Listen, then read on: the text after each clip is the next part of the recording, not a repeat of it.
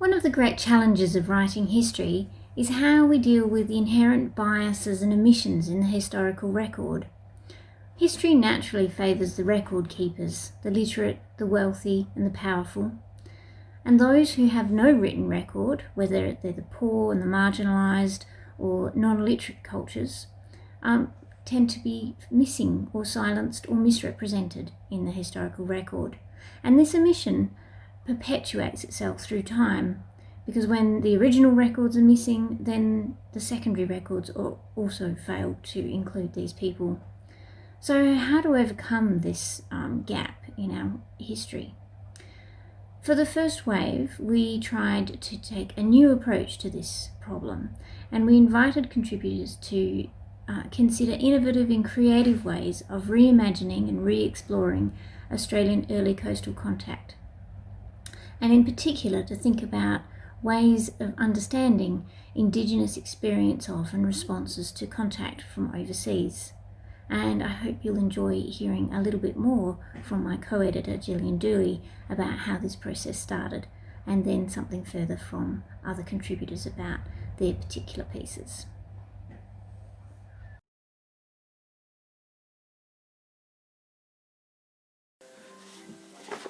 The idea for this book came about when I was reading Flinders' descriptions of his encounters with the inhabitants of the country he was exploring.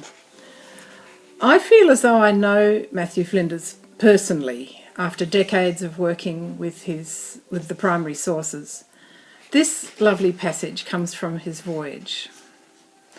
I had always found the natives of this country to avoid those who seemed anxious for communication, whereas when left entirely alone, they would usually come down after having watched us for a few days.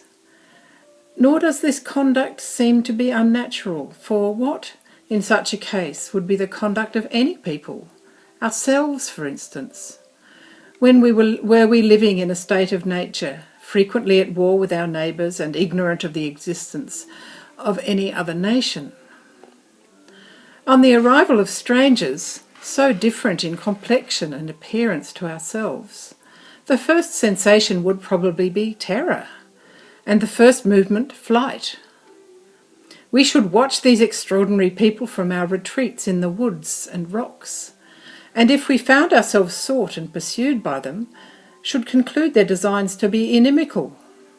But if, on the contrary, we saw them quietly employed in occupations which had no reference to us, curiosity would get the better of fear, and after observing them more closely, we should ourselves seek a communication.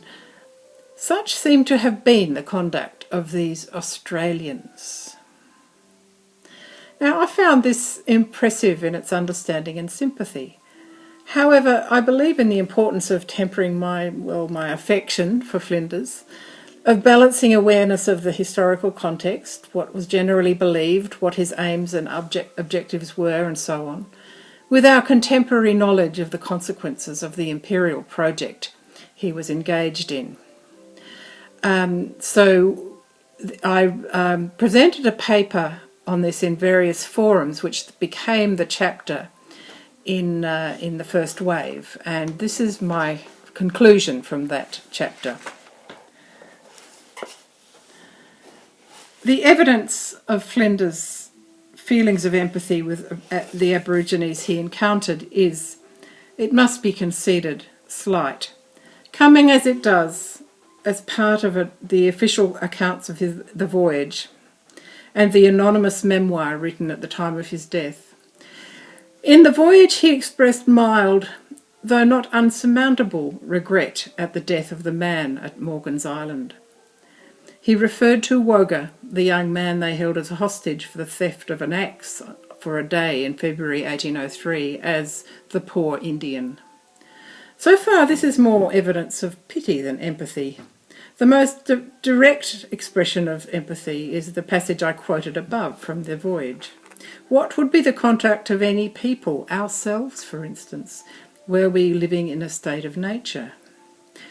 This, written 10 years after the voyage, after many tribulations and disappointments, and after much time for contemplation during his detention by the French, might be a unique instance of his imaginative identification with Indigenous Australians.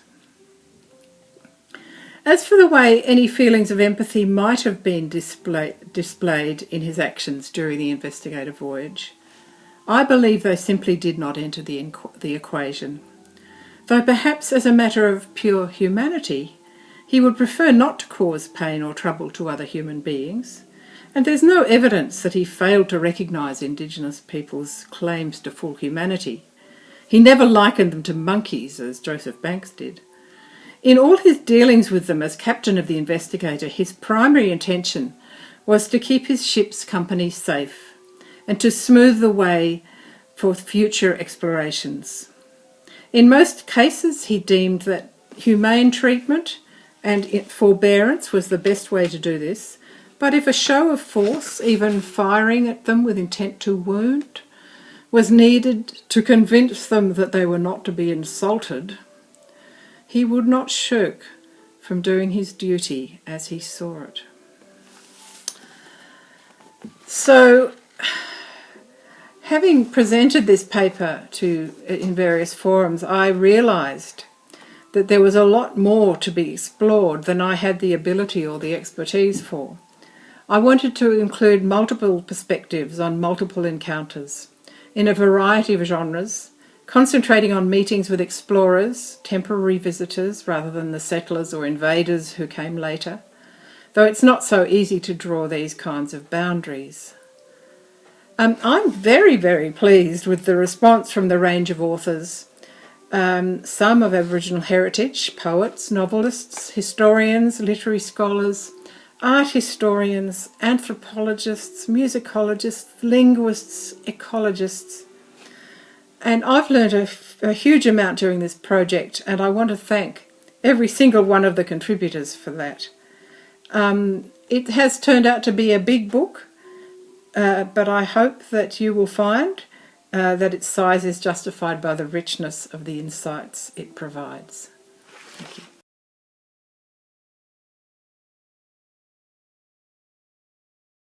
Hello, my name is Molly Murn, and I'm a South Australian poet and author. The two poems I'm going to read to you today are ekphrastic responses to images of settlers arriving on Kangaroo Island in small boats. The images are actually of ornithologists arriving to do research on the island, but I'm using the photographs as imaginative prompts to wonder at what first arrival might have looked like and might have felt like.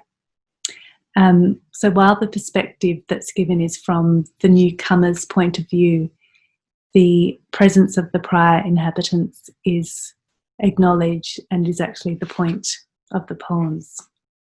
Landing party. We are a handful, just a boatful, carrying too many skies between us, folded skies, packed neatly in trunks.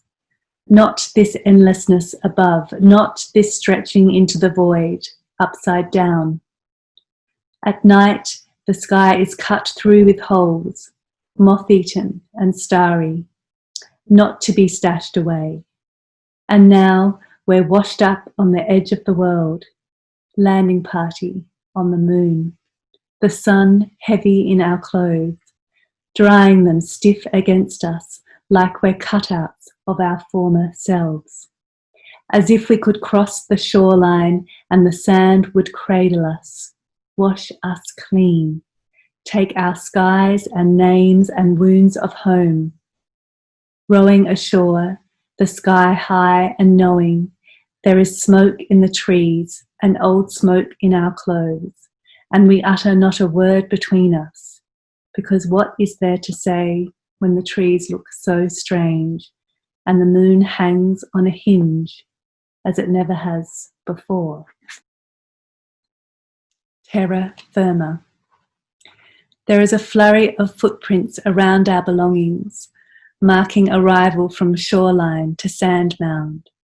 We are high and dry, and we have the world at our feet, and guns, sextant, watercolours. A charge in the air, like touching skins with a soon-to-be lover. She is waiting and wanting, her bare shoulder luminous, young, unmarked. We begin as the smallest of imprints, a spillage of cargo and thirst. Our skin cracking from the dry of it, the strange of it, a handful, a boatful, the first wave and belonging to no one.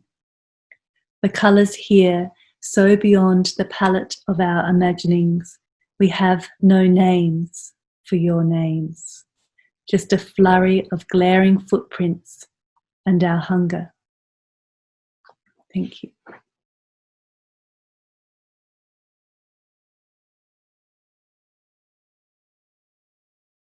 Hello, I'm Lisa Chandler, and I'd like to talk briefly about my chapter in the first wave. With the 250th anniversary of James Cook's voyage along the Australian east coast upon us, there's been much reflection on Cook's legacy.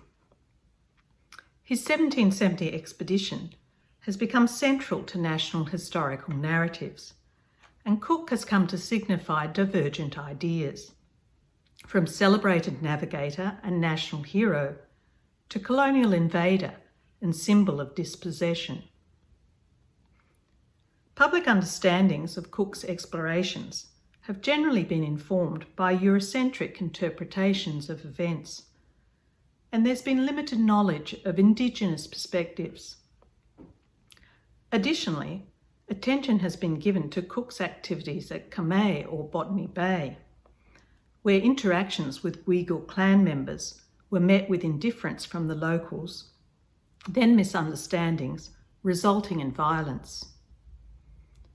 Less widely known are the more extensive encounters at the place now known as Cooktown, and the significant act of reconciliation that occurred when Gugu Yimithirr people laid down their weapons in an extraordinary gesture of peace that calmed a volatile situation arising from an incident concerning the sharing and hunting of sea turtles. My chapter in the first wave re-examines these interactions through the lens of the exhibition East Coast Encounter, which I co-curated. It involved artists, writers, musicians and historians who re-envisaged Cook's Australian journey from Indigenous and non-Indigenous perspectives. Besides looking to the past, the exhibition and the chapter consider some of the impacts of these historical encounters on present-day experiences. Importantly, the exhibition encompassed Indigenous accounts of encounters with Cook that shed a different light on these engagements. These include Gugu Yimithirr oral histories from the Cooktown region and an old Butchulla song that eloquently speaks of Cook's passing of the place he called Indian Head on Gurri or Fraser Island. The chapter also considers how specific works from the exhibition reimagine and respond to these moments of encounter and exchange, exploring different knowledge systems and addressing ideas about country, culture, identity and belonging in order to better understand both our shared past and our present.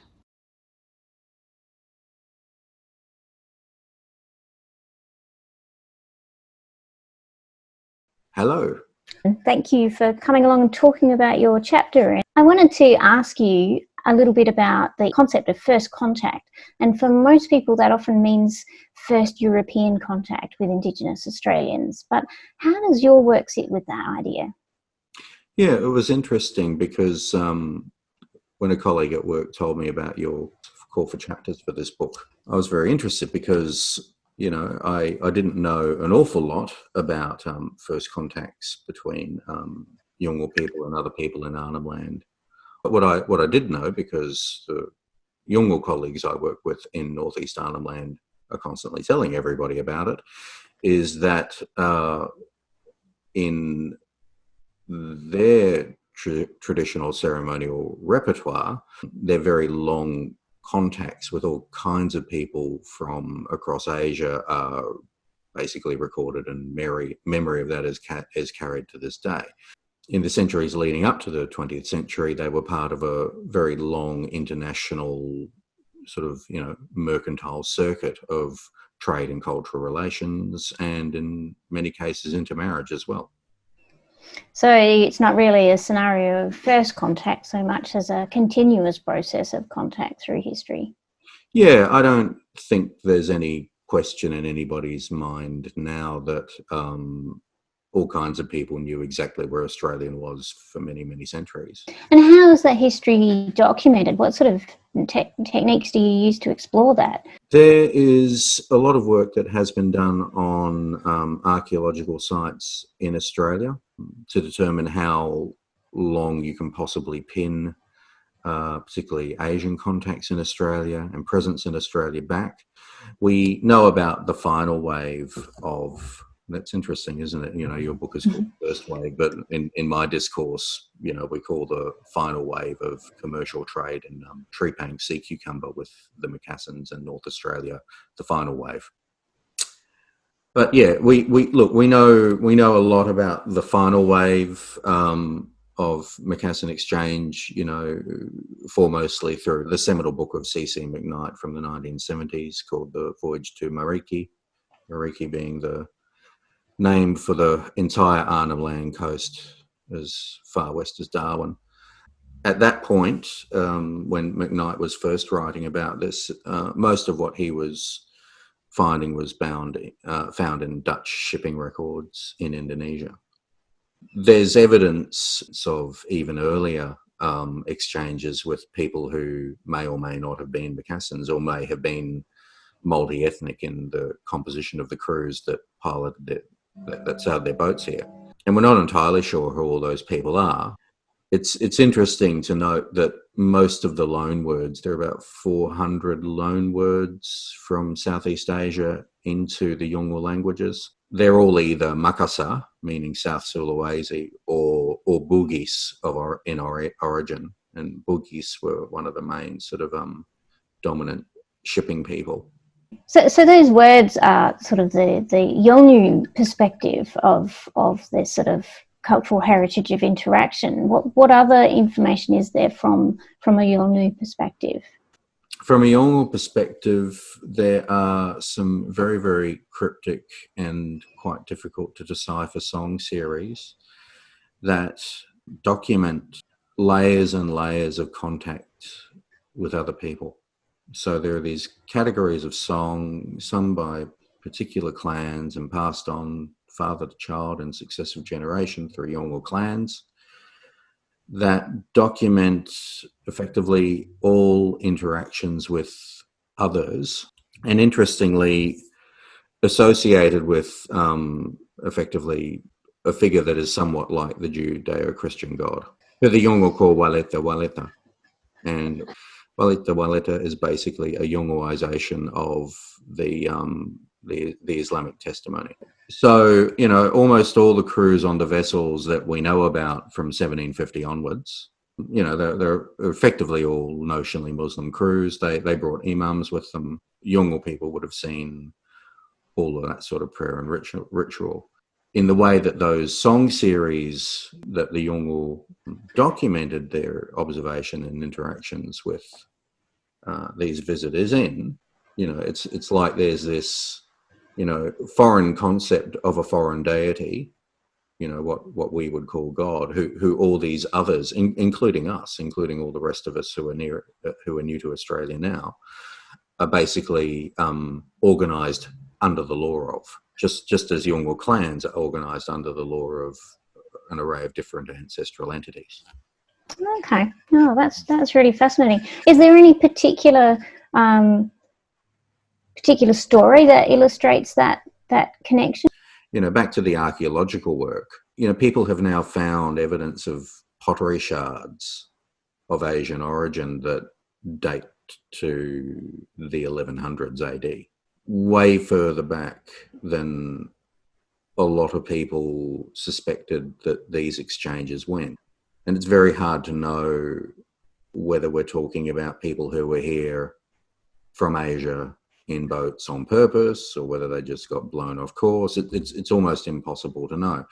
The Yolngu songs, however, carry deep sedimentary layers of reference to groups that are clearly pre-Macassan. So Brian Jungirawa-Garawicha, who's a contributing author on this chapter, of when we were talking about it together and updating the notes that we'd taken a decade earlier about these things in the song series that he inherits as a ceremonial leader in Arnhem Land. You know, they're very clearly groups that are not commercially oriented Macassan traders. So, you know, they're groups that get referred to the Bapiyali or the Gilaru or the Turutjini or the Wurrumala.